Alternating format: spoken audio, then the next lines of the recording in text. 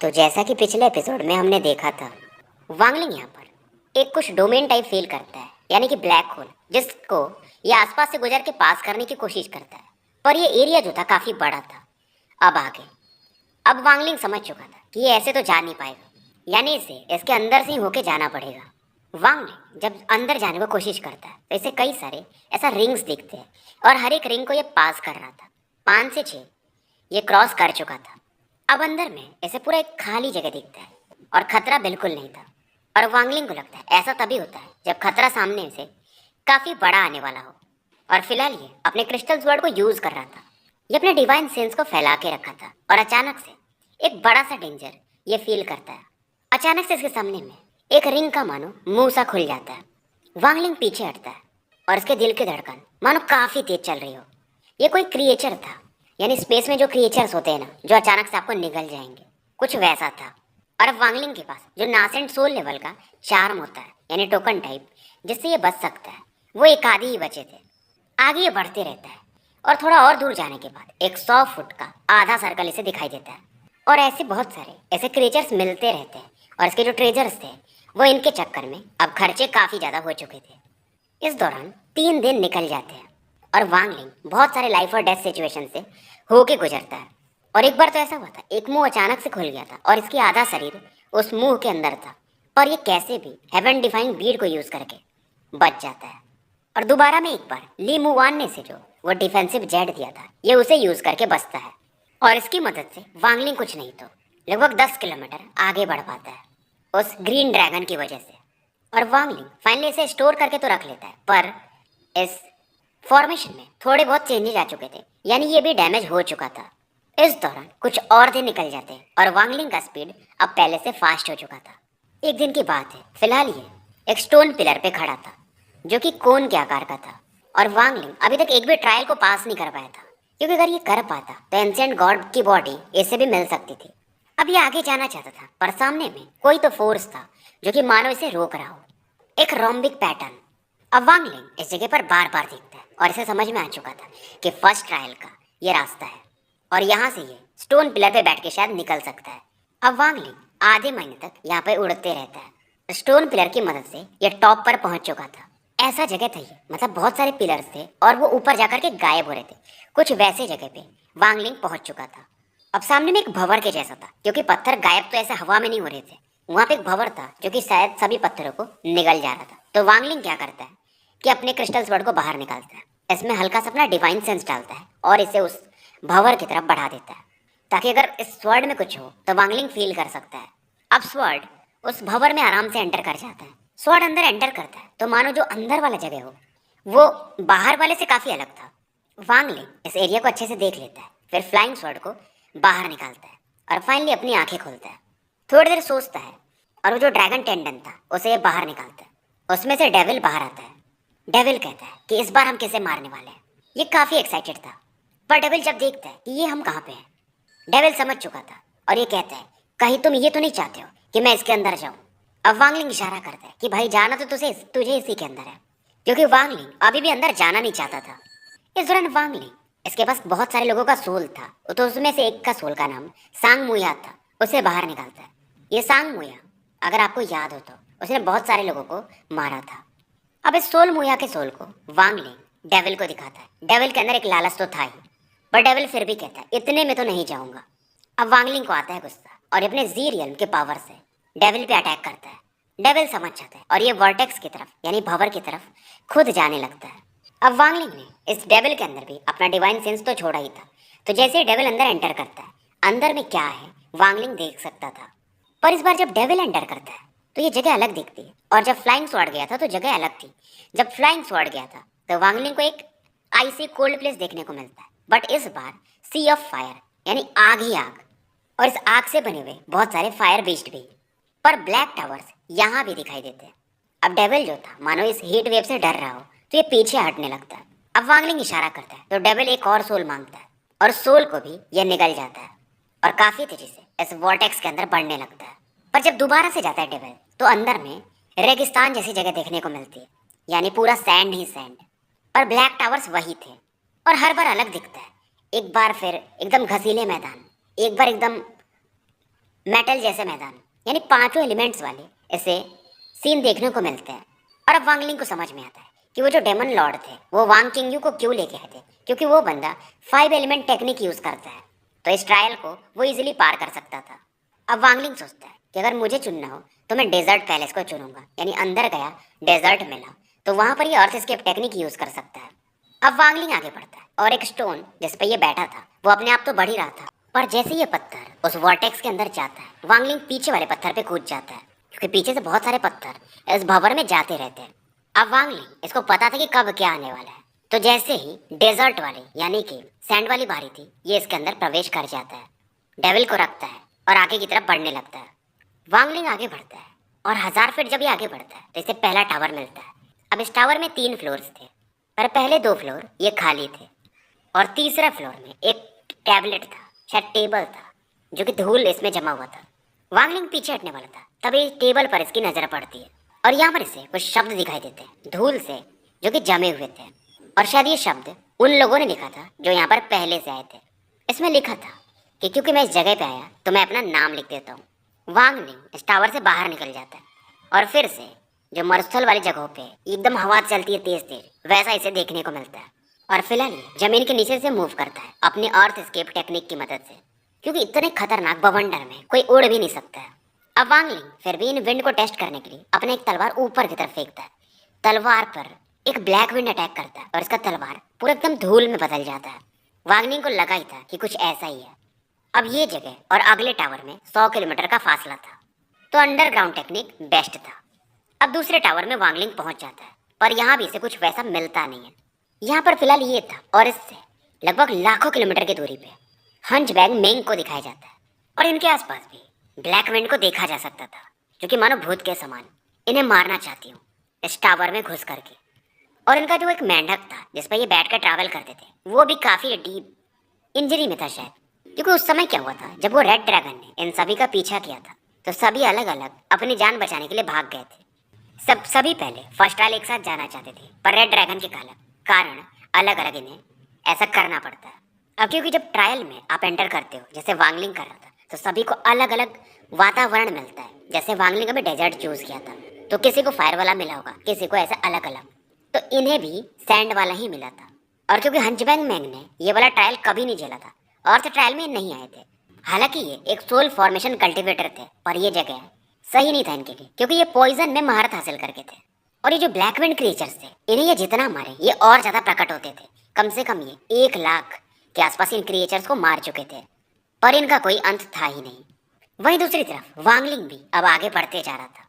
1000 kilometre से दूर यह पहुंच चुका था, पर नीचे में भी हालांकि एस्केप टेक्निक यूज कर रहा था, पर प्रेशर इस पे काफी बढ़ते जा रहा था, तो इसका स्पिरिचुअल एनर्जी काफी खर्च होने लगा था।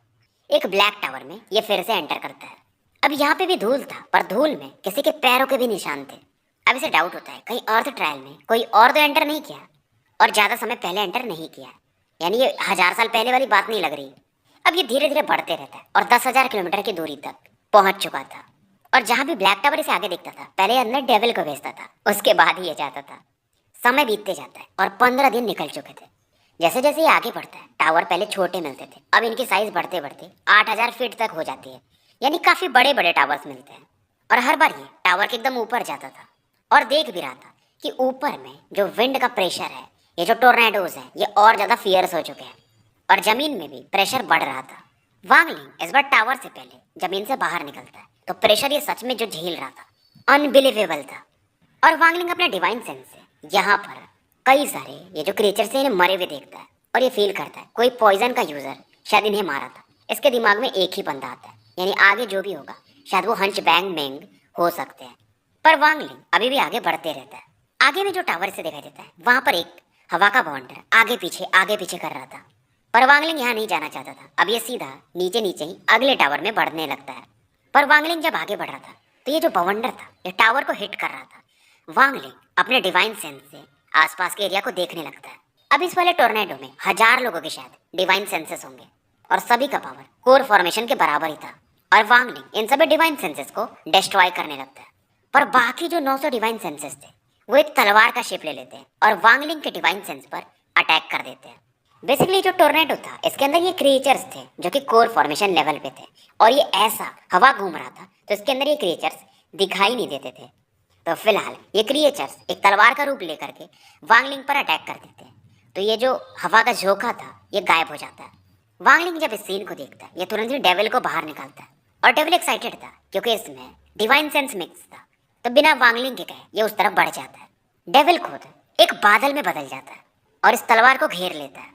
अब साउंड अटैक का डेविल पे तो फर्क पड़ता नहीं है क्योंकि भाई एक सोल है, और जो डिवाइन सेंसेस थे ये उन्हें एब्जॉर्ब करने लगता है। वही वांगलिंग अपने क्रिस्टल स्वॉर्ड से भी इन क्रिएचर्स पर अटैक कर देता है, और एक बार ये 100 से ज्यादा तलवारें बनाता है वांगलिंग अपना। इसमें अपना डिवाइन सेंस यूज करता है, जी रियल्म का पावर, एक एक करके इन क्रिएचर्स को ये मारने लगता है। इस दौरान वांगलिंग अब डेविल को थोड़ा पीछे बुला लेता है, पर डेविल इसकी बात नहीं सुनता है क्योंकि उसे मजा आ रहा था इनके डेवोरिंग पावर को, इनके डिवाइन सेंस को डिवोर करने में। पर वांगलिंग के जी रियल्म के कारण अब ये डर के पीछे आ जाता है, और ये वांगलिंग के साथ अब फाइनली इस टावर में एंटर करता है। वांगलिंग इस टावर के अंदर से इन क्रिएचर्स को देख रहा था, इसे कुछ गड़बड़ लग रहा था। ये क्रिएचर्स मिलकर के एक बवंडर जैसा बना ले रहा है, और इनकी संख्या अनगिनत है, और ये डिवाइन सेंस से अटैक कर रहा है, साथ में साउंड वेव से। हालांकि इनके अटैक पावरफुल थे पर इनकी बॉडी वीक थी, तो इन्हें मारना थोड़ा आसान था। बड़ी बात ये थी ये क्रिएचर्स एक दूसरे से शायद बात कर सकते थे, तभी तो अपने डिवाइन सेंस को कंबाइन करते थे और एक तलवार का शेप ले लिया, मतलब ऐसा कुछ। और वांगलिंग को लगता है अगर इन क्रिएचर्स को ये ज़्यादा मार दिया तो शायद वो क्रिएचर्स एक दूसरे को जो कि आगे में होंगे उन्हें बुला सकते हैं और वांगलिंग पर अटैक कर देंगे, तो इससे हंचबैंग मैंग का काम आसान हो जाएगा। और वांगलिंग ने पिछले बैटल में 200 क्रिएचर्स को मारा था। इधर ये क्रिएचर्स फिर से वो टोर्नेडो का शेप ले लेते हैं और टावर के आसपास घूमते रहते हैं और आगे बढ़ जाते हैं, मानो वांगलिंग से इन्हें फर्क नहीं पड़ता था। फिलहाल वांगलिंग यहाँ पर बैठकर थोड़ा बहुत कल्टीवेट करता है। डेविल वहीं उन क्रिएचर्स को देख रहा था, पर वांगलिंग इन्हें समझाता है और कहता है तुमने पता नहीं कितना सोल को डिवोर किया, इस बार आधा मुझे दे दो। 20 के आसपास सोल थोड़ा बाहर निकलने के बाद ये अपने को दिखाता है कि मैं काफी वीक हो गया हूँ। वांगलिंग में से कुछ बोलता नहीं, और ये जो 20 सोल्स थे इन क्रिएचर्स के, इन्हें ध्यान से देख रहा था। वांगलिंग इन सोल्स को लेता है और ऊपर जाके बैठ जाता है, और फिलहाल अपने जी रियल्म से एरिया को कवर कर लेता है। डेविल इसे फॉलो कर रहा था, ये देखना चाहता था वांगलिंग करता क्या है, क्या इन सोल्स को डिवोर करता है, क्योंकि ये काफ़ी प्राउड फील करता था क्योंकि ये सोल्स को डिवोर कर सकता है। वांगलिंग अपने डिवाइन सेंस को रिलीज करता है और वो जो रेड हो रहा थी इसकी ये फैलने लगती है। डेविल को लगता है शायद आज ये मुझे मार देगा, पर वांगलिंग इसकी तरफ देख भी नहीं रहा था। वांगलिंग फिलहाल इन 20 सोल्स पर फोकस करके था। वांगलिंग का मकसद क्या था कि ये जो कोर्स थे, जो सोल्स थे, सभी क्रिएचर्स के ये कोर फॉर्मेशन के इनिशियल फेज में थे। न तो ये ज़्यादा स्ट्रॉन्ग थे न तो ज़्यादा कमजोर भी। और वांगलिंग को लगता है इसके पास अभी 2 ही वेपन है, एक तो फ्लाइंग स्वॉर्ड और दूसरा डेविल। दूसरा अगर बचा तो ड्रैगन टेंडन और एक आधी स्क्रॉल वगैरह। अब इसने डेविल को जो बनाया था, बहुत सारे सोल को इसने उसे डिवोर करने पे लगाया था, तब वो उस लेवल पे पहुंचा है। वो वॉन्डरिंग सोल कहलाते हैं। अब इसके जो डेविल का नाम था जू लिगो नाम था, और वो उसी प्रकार के सोल खा सकता है जो इसके लेवल का हो, यानी कि ये नासेंट लेवल के सोल को नहीं खा सकता।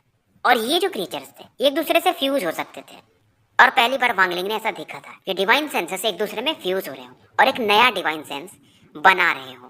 तो वांगलिंग इन सोल्स को भी डेविल में बदलना चाहता था, और वांगलिंग इस दौरान बहुत सारे सोल्स को बाहर निकालता है जिन्हें इसने सी ऑफ डेविल्स में मारा था, और साथ में सी ऑफ डेविल्स के कुछ क्रिएचर्स को भी इसने मारा था, उनके भी सोल को ये बाहर निकालता है। अब ये अपने स्पिरिचुअल पावर से 19 सोल को एक स्पिरिचुअल एनर्जी में ट्रैप कर देता है और एक को छोड़ देता है, और इस वाले सोल पर ये एक मार्क लगाता है, यानी एनर्जी का मार्क होगा। अब जैसे पहले हुआ था, ये जो अभी डेविल है वांगलिंग के पास, इसे भी सोल डिवोर करने नहीं आता था, पर वांगलिंग ने इसे फोर्स किया था। अब सेम चीज ये शायद इस पे करने वाला था, और पहले इसे फोर्स करना पड़ेगा। तो ये अपने रेड पावर को, यानी जी रेल्म के पावर को, ये जो आखिरी सोल था इस पर भेजता है। अब ये वाला जो सोल था इस पे प्रेशर आता है, तो बाकी सोल्स जो ट्रैप थे ये उनकी तरफ बढ़ने लगता है, पर इस बार ये उन्हें डिवोर नहीं करता, ये एक दूसरे में फ्यूज होने लगते हैं। पर ये सोल जैसे फ्यूज हो रहे थे ये स्ट्रांग बनने लगते हैं। जैसा इसे पहले वाले डेविल के साथ मेहनत करना पड़ा था, इस बार वैसा नहीं होता। ये तो फ्यूज हो रहे हैं, डिवोर भी नहीं कर रहे हैं, पर इफेक्ट सेम था। और ऐसा प्रोसेस चलते रहता है, एक के बाद एक करके इनके सोल्स एक दूसरे में फ्यूज होने लगते हैं, और 10-12 सोल जब फ्यूज हो जाते हैं तो शायद इनका पावर अब कोर फॉर्मेशन के इनिशियल फेज से अब ब्रेक थ्रू करने लगता है। वांगलिंग को भी लगता है इसे एक ट्रेजर मिल चुका है, और इन सोल्स के पास साउंड अटैक का पावर था, क्योंकि normally sound attack physical body हो तभी यूज हो पाता है, और ये अलग थे, और इन्हें वांगलिंग को फोर्स भी नहीं करना पड़ा था फ्यूज होने के लिए। और वांगलिंग बाकी भी जो सोल्स इसके पास फेंकता है 100 के आसपास, ये सभी को फ्यूज कर लेता है। अब क्योंकि वांगलिंग ने इनके अंदर अपना डिवाइन सेंस मार्क कर दिया था, और वे दूर से डेविल इन चीजों को देख रहा था, और ऐसे लगता है कि यार ये तो मेरे जैसा एक बन रहा है। अब मुझे कंपटीशन देना पड़ेगा, मुझे भी खुद को स्ट्रांग करना पड़ेगा। इसने जो सोल्स खाए थे पहले वाले डेविल ने, उन्हें ये डिवोर तो कर लिया था पर पचाया नहीं था। अब ये उन्हें पचाने लगता है। इस दौरान टावर के आसपास एक काफी बड़ा सा भंवर सा आता है और वांगलिंग इधर इन जो पावर को यूज कर रहा था, रेड मिस्ट वाला पावर, उसकी तरफ ये टोर्नेडो बढ़ता है। पर रेड मिस्ट से जब ये टोर्नेडो टकराता है तो टोर्नेडो पीछे हट जाता है। पर ये टोर्नेडोज बहुत सारे आते हैं और ये जहां बढ़ रहे थे वांगलिंग समझ जाता है ये लोग हंच बैंग मैंग की तरफ जा रहे हैं, क्योंकि शायद हंच बैंग मैंग ने बहुत सारे इन क्रिएचर्स को मार दिया है। हंच बैंग मैंग को इधर दिखाया जाता है जो कि अब काफी गुस्से में था और ये बहुत सारे पॉइजन यूज करके इन्हें मार रहा था। तो ये क्रिएचर्स और ज्यादा क्रिएचर्स को बुलाने लगते हैं। अब क्रिएचर्स इतने ज्यादा होंगे तो इनका डिवाइन सेंस मिक्स होकर के बहुत स्ट्रांग बनेगा और साउंड वेव अटैक भी। हंच बैंग मैंग कुछ तो सोचते हैं और एक पाइथन निकालते हैं जो कि 100 फीट का होगा। अब ये टोड को भी यूज कर सकते थे पर टोड मर जाएगा और जो पाइथन था वो मिड क्वालिटी का एक स्पिरिचुअल बीस्ट था। इसे ये यूज करेंगे, थोड़े इंजर्ड होंगे बट शायद ये सही था। तो फिलहाल ये अपना ब्लड का पावर यूज करते हैं इस पाइथन के ऊपर और कई सारे हैंड सेल्स बनाने लगते हैं। अब इसे यूज करने के बाद ये टावर से बिना किसी हिचक के बाहर निकलते हैं। वहीं दूसरी तरफ ये जो क्रिएचर्स थे एक दूसरे के साथ फ्यूज होकर के इन पर अटैक कर देते हैं। पूरा मानो अर्थ ट्रायल का स्पेस जो था ये हिलने लगता है। वांगलिंग हालांकि इस जगह से अभी भी दूर था, फिर भी ये प्रेशर को फील करता है और ये अपनी आंखों को बंद करके हंचबैंग मैंग को फील करता है। इधर वो जो रेड मिस्ट था जिसमें इसका ये दूसरा वाला डेविल बन रहा था उसमें भी फ्लक्चुएशन होता है। पर वांगलिंग को ये भी डर था कहीं ये वाला भी इसके आउट ऑफ कंट्रोल ना चला जाए। तो ये क्या करता है, अपने ब्लू फ्लेम को एक्टिवेट करता है और साथ में जी रियल्म के पावर को, और अगर ये आउट ऑफ कंट्रोल गया तो ये इसे मार देगा। इधर हंचबैंग मैंग के बॉडी के आसपास बहुत सारे ब्लैक फ्लेम्स निकलते हैं, सॉरी ब्लैक स्मोक्स, और जो क्रिएचर्स का अटैक था ये उनकी तरफ बढ़ने लगते हैं। और ये जो पावर यूज कर रहे थे हंचबैंग मैंग, ये इनका सबसे पावरफुल पॉइजन था और इन्होंने इसके पूरे पावर को यूज कर दिया था। वहीं दूसरी तरफ वांगलिंग उस रेड मिस्ट की तरफ देख रहा था। धीरे धीरे जो ये रेड मिस्ट था ये कंडेंस होने लगता है। वहीं दूसरा डेविल यानी अपना पहला वाला जू लिक्यो वो भी इसी तरफ देख रहा था और ऐसे लगता है ये दूसरा वाला डेविल जिसे अब ये लिटिल ब्रदर कह रहा था, इसे कंट्रोल करना इतना आसान नहीं होगा और अगर ये दोनों इंजर्ड हो गए तो मैं फिलहाल फायदा उठा लूंगा इसका और इन दोनों को निपटा दूंगा। इसके दिमाग में यही ख्याल अभी पक रहे थे और जितना ये सोचता है ये और ज्यादा एक्साइटेड था। इस दौरान समय बीतते जाता है।